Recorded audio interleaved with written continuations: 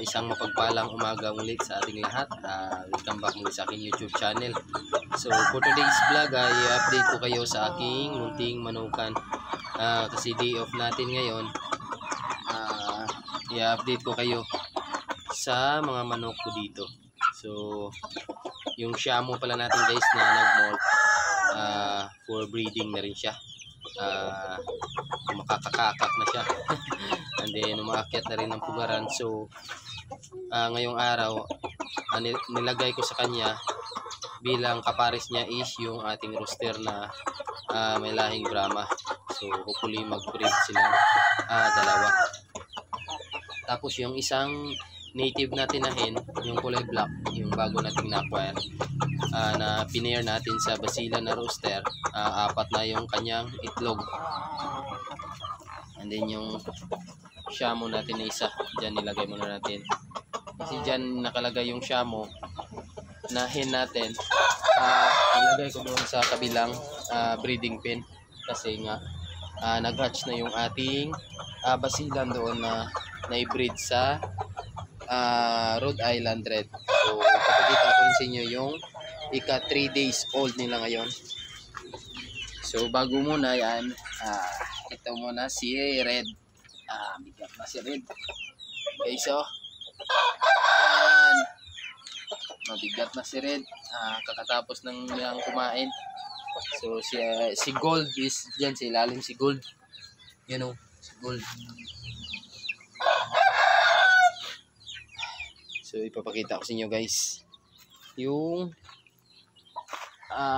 Basila natin na breed sa Rhode Island Red. So nasa 7 piraso yung kanyang sisyo.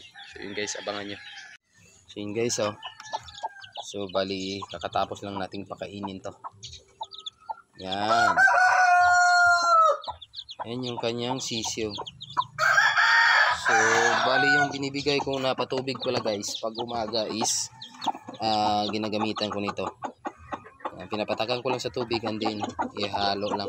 Tapos pag sa hapon naman is plain water lang. Ayan yung ating mga sisiyo. 3 days old ng ating mga sisiyo guys. Ayan. So ang lulusog nila, ayan o. Ayan. So tumitilaok na yung isang native natin. So yan yung ating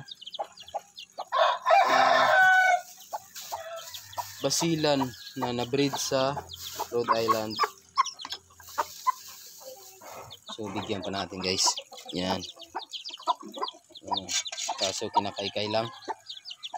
So, hindi naman masyadong makaykay ng ating roast hen na Basilan.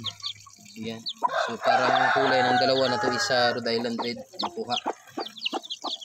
Tapos yung iba na to is nasa hen. Ayan, ito sila. So malulusog yun guys.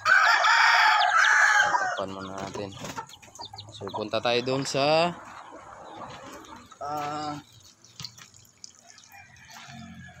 ating Shamo. So yun guys, doon na siya sa taas. So bari kasi yung Shamo natin na mga na-acquire na roster is hindi pa pwede ma-breed kasi bata pa. Nasa 5 months old pa lang ngayong katapusan ng September. So ito muna temporary yung ating pinag-breed dito. Yan yung ating lahing Brahma na manok. So yan yung ating Shamo. Kasi doon yung nakalagay sa mismong breeding pin nila kasama yung mga Brahma na hen. May itlog doon kahapon na isa. So kinuha ko and nilagay ko dito. So tingnan ko kung hindi pa to nabasag. Kasi kanina pa to akyat ng akyat yung ating Shamo na hen. Oh my goodness. Basag na nga. Nabasag na nga. So kailangan natin palitan to. Yung ating nabasag na sayang yung itlog na nilagay natin dito. Sana na palimliman sana to. Yun o. basag lang. So, yan. So, tapos naglalagay ako ng oregano guys. Yan, lagay lang natin dito sa loob. So kailangan natin maghanap ng ganun ulit na damo. So lagyan natin ito. Baka mangitlog na talaga to yung ating yan guys, oh. Sayang yung itlog na isa. So kailangan natin lagyan ng damo ulit. Yan, oh.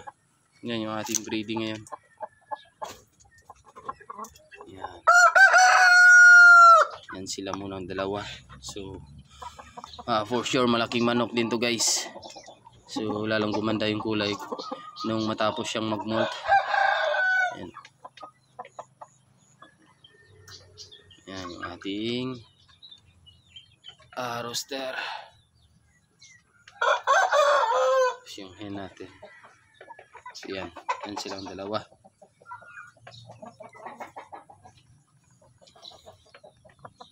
So yun lang guys, yung update ngayon dito sa aking munting backyard. Update ko lang kayo ulit sa aking mga next pang mga vlog about sa pagbibreed ng ating mga alagang manok. So yung ating gold, malapit na rin to, pero mas mauna to guys, oh. Tingnan nyo. Nagbe-breed pa ako. Pero bata pa eh. Yan yung ating gold, siga na. So yun lang guys, bye bye na. God bless sa ating lahat.